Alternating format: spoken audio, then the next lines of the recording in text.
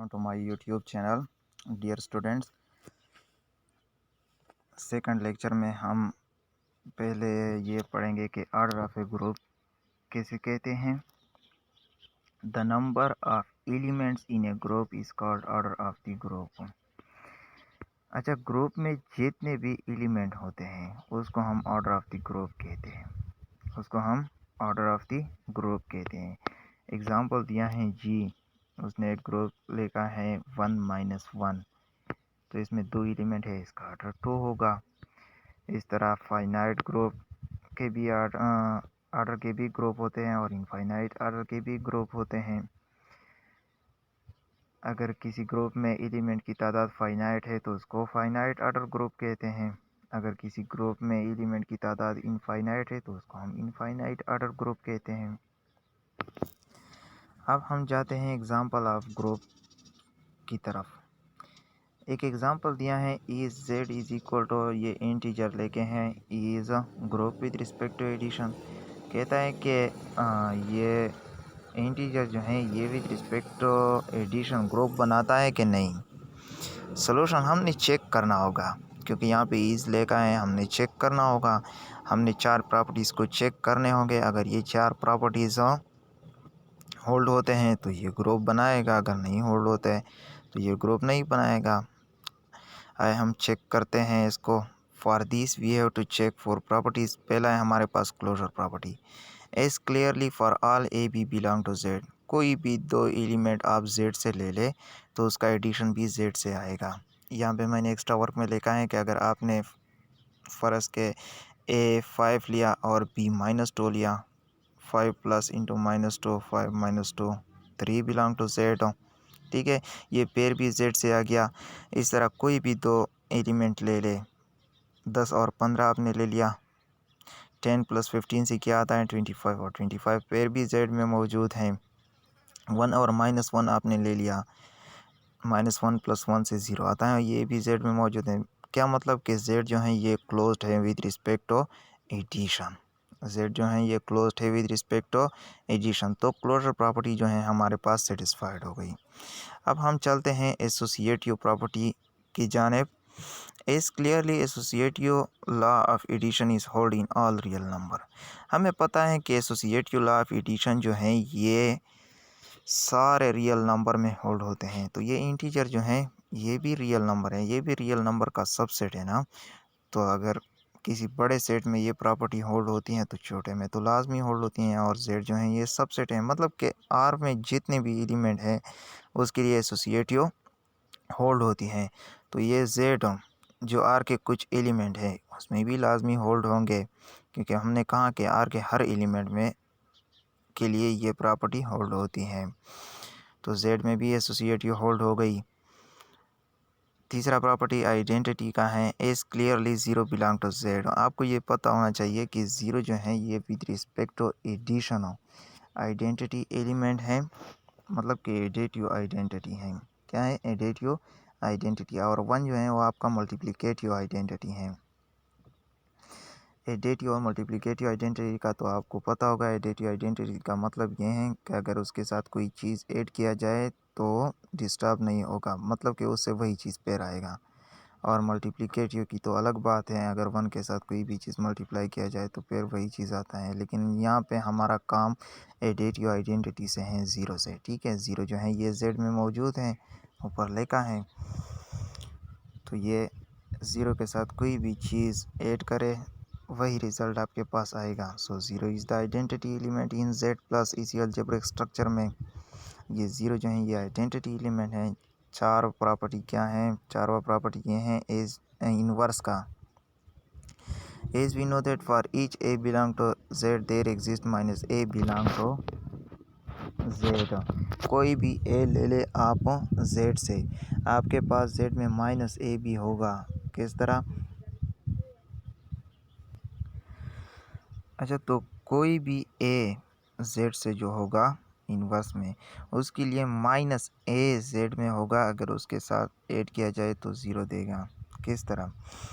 देखिए, जेड में अगर 1 है तो -1 भी है, अगर 2 है तो -2 भी है। 2 - 2 2 + × -2 से या -2 + 2 से 0 आता है, और 0 जो है आइडेंटिटी है, मतलब कि इस तरह 3 ले लें -3 भी हैं, 4 ले लें -4 भी हैं, 100 ले लें -100 भी हैं। इस तरह कोई भी ए ले लें आप जेड से, तो -a भी होगा जेड में, अगर उसके ऐड किया जाए तो ये रिज़ल्ट 0 देगा, जो कि एडिटिव आइडेंटिटी है। मतलब क्या है कि inverse of every element of Z is in Z. Z का कोई भी एलिमेंट ले ले, उसका इनवर्स भी जेड में मौजूद है। So Z plus is a group.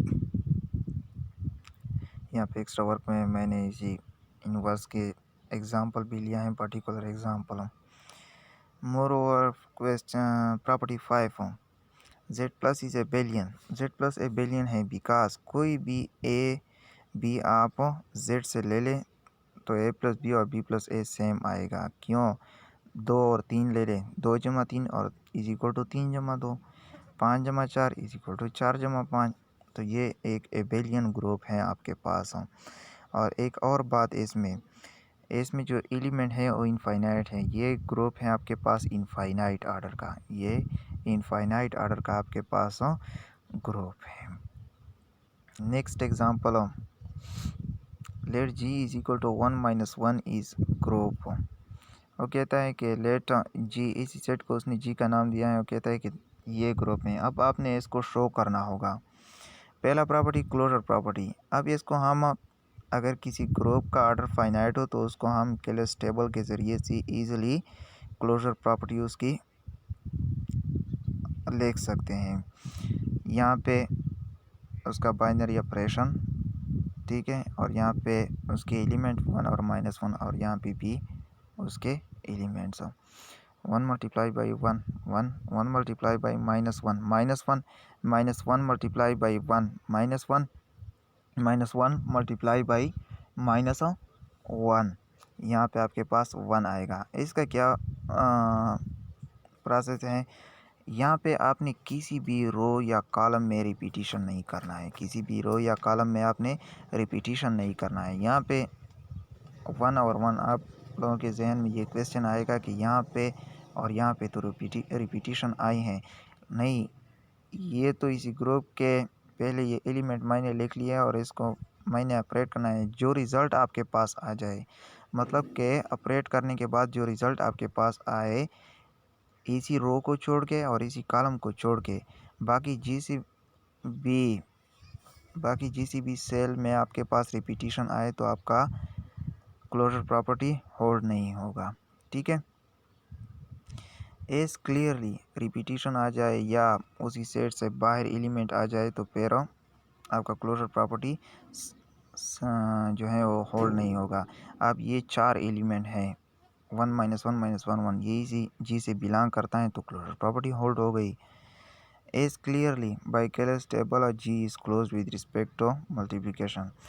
Callus table के ज़रिए से हमें पता चला कि जी जो है ये क्लोज है with respect to multiplication. Associative law, let 1 - 1 - 1 ये हमने जी से ले लिया, ठीक है।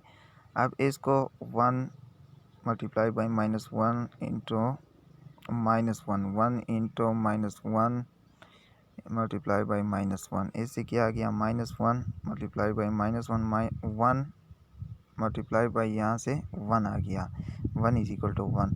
Similarly all other possibilities will be hold true. All other possibilities का क्या मतलब है? यहाँ पे मैंने 1 - 1 ले लिया। आप 1 1 1 भी ले सकते हैं, -1 -1 -1 भी ले सकते हैं, -1 1 1 भी ले सकते हैं। जितनी भी इसकी पॉसिबिलिटीज़ बनती हैं ये सारे ट्रू होंगे, तो एसोसिएटिव लॉ भी सेटिस्फाइड हो गई। Identity element, clearly 1 is the identity element with respect to multiplication in G. With respect to multiplication ये मैंने पहले ही बताया है कि 1 जो है ये आइडेंटिटी एलिमेंट है और ये इसी ग्रुप में मौजूद हैं आपके पास। कोई भी चीज़ आप 1 से मल्टीप्लाई करें तो रिज़ल्ट वही आएगा। Inverse, as we know that every element is self inverse. कहता है कि हर एलिमेंट जो है अपने आप का इनवर्स है। 1 का इनवर्स क्या है? 1.1 से 1 आता है। और हाँ, ये बात भी नोट कर लें कि आइडेंटिटी का इनवर्स अपने आप के बराबर होगा। यहाँ पे आइडेंटिटी 1 है तो इसका इनवर्स 1 के बराबर आएगा। मतलब क्या है कि 1 को आप कौन सी ऐसी नंबर से मल्टीप्लाई किया जाए जिससे 1 आ जाए। तो यही एक रास्ता है कि इसको 1 से मल्टीप्लाई किया जाए तो 1 आता है। दूसरी बात यह है कि -1 को किस चीज़ से मल्टीप्लाई किया जाए कि रिज़ल्ट 1 आ जाए। -1 से अगर मल्टीप्लाई की जाए तो 1 आता है। मतलब क्या है कि हर एलिमेंट अपने आप का इन्वर्स है। 1 का इन्वर्स 1 -1 का -1। This implies that G dot is a group. क्या मतलब कि जी जो है विद रिस्पेक्ट टू मल्टीप्लिकेशन ये ग्रुप बनाता है। कम्यूटेटिव प्रॉपर्टी की जब हम जाते हैं as we know that -1 dot 1 is equal to 1 dot -1। ऐसे क्या आएगा -1 सेम आता है ना। 1 dot 1 is equal to 1 dot 1 is equal to 1 is equal to this implies that 1 is equal to 1। क्या मतलब है कि कम्यूटेटिव प्रॉपर्टी भी सेटिस्फाइड होता है जितनी भी पॉसिबिलिटीज़ बनते हैं। आप -1 ले ले, 1 ले ले, जितनी भी पॉसिबिलिटीज़ बनते हैं ये सारे ट्रू होते हैं। तो कम्यूटेटिव प्रॉपर्टी भी हमारे पास सेटिस्फाइड हो गई। So G with respect to multiplication is an abelian group. G जो है ये विद रिस्पेक्ट टू मल्टीप्लिकेशन एक एबेलियन ग्रुप बनाता है। Note a group will be with respect to addition or multiplication if there mention in the question। अगर आप question में आपको मेंशन है कि ये विद रिस्पेक्ट टू एडिशन है या मल्टीप्लिकेशन है तो ग्रुप, अगर एडिशन या मल्टीप्लिकेशन ग्रुप में क्वेश्चन में मेंशन है तो आपका ग्रुप जो है वो विद रिस्पेक्ट टू एडिशन या मल्टीप्लिकेशन होगा।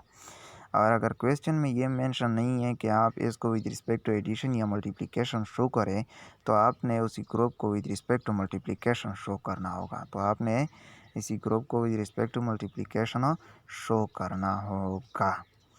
ओके, खुदा हाफिज़।